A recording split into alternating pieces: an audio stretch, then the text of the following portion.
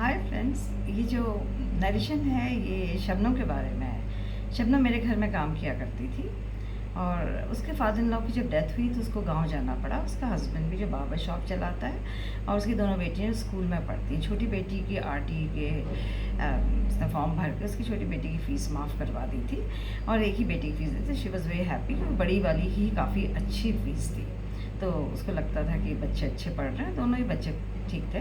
तो लेकिन उसको बीच में उठा लेके गई। वो कह रहे कि बच्चों की पढ़ाई का क्या होगा मैडम, बड़े मुश्किल से मैंने आरटी में किया था।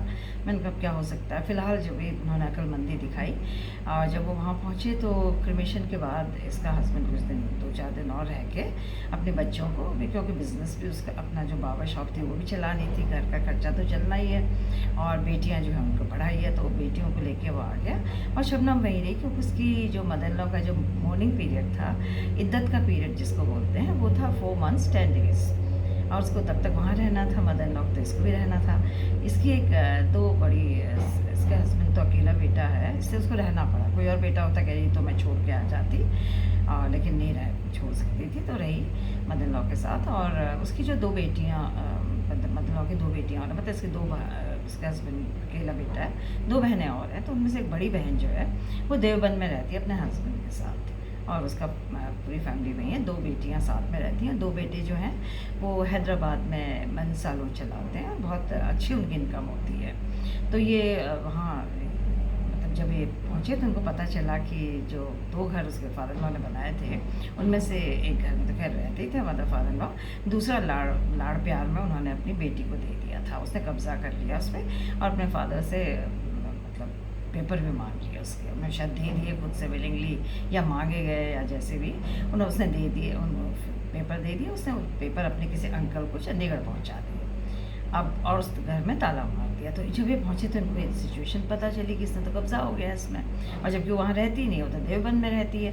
फिर इसके बाद और उसके ऊपर से उस पर केस चल रहा था उस पर हस्बैंड पे पिछले 4 सालों से पुलिस केस था और क्रिमिनल केस था रादर, क्योंकि इसका हस्बैंड का एक पार्टनर था जो कि पार्टनरशिप में दोनों का एक बिज़नेस था, लेकिन पार्टनर के साथ शायद कोई टिफ हो गई, इतनी ज़्यादा टिफ हुई कि उन्होंने दोनों हस्बैंड वाइफ ने उसको मारने की सोची। मरवाया या मारा जो भी कहते हैं, खुद ही मारा था इसने बोला शबनम ने।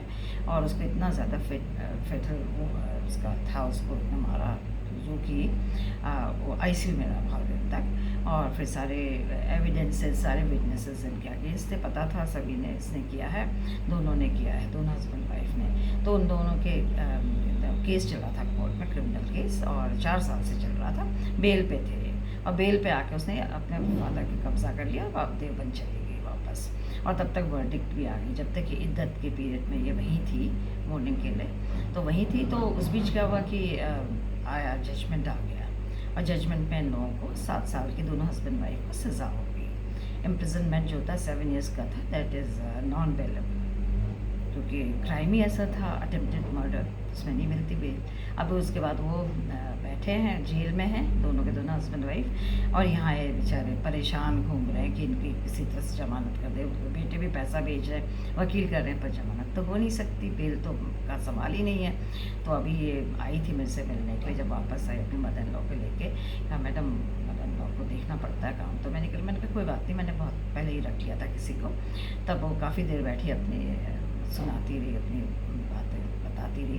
तब कहने लगी कि उसने हमारे घर में कब्ज़ा किया, पेपर कहीं भेज दिए।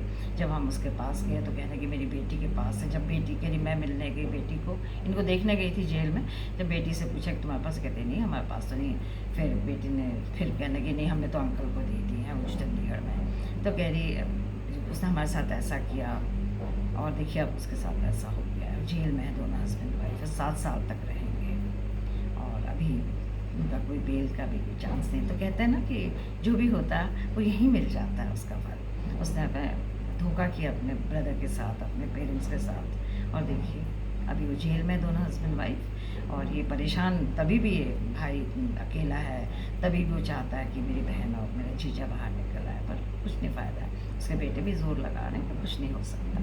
Thank you.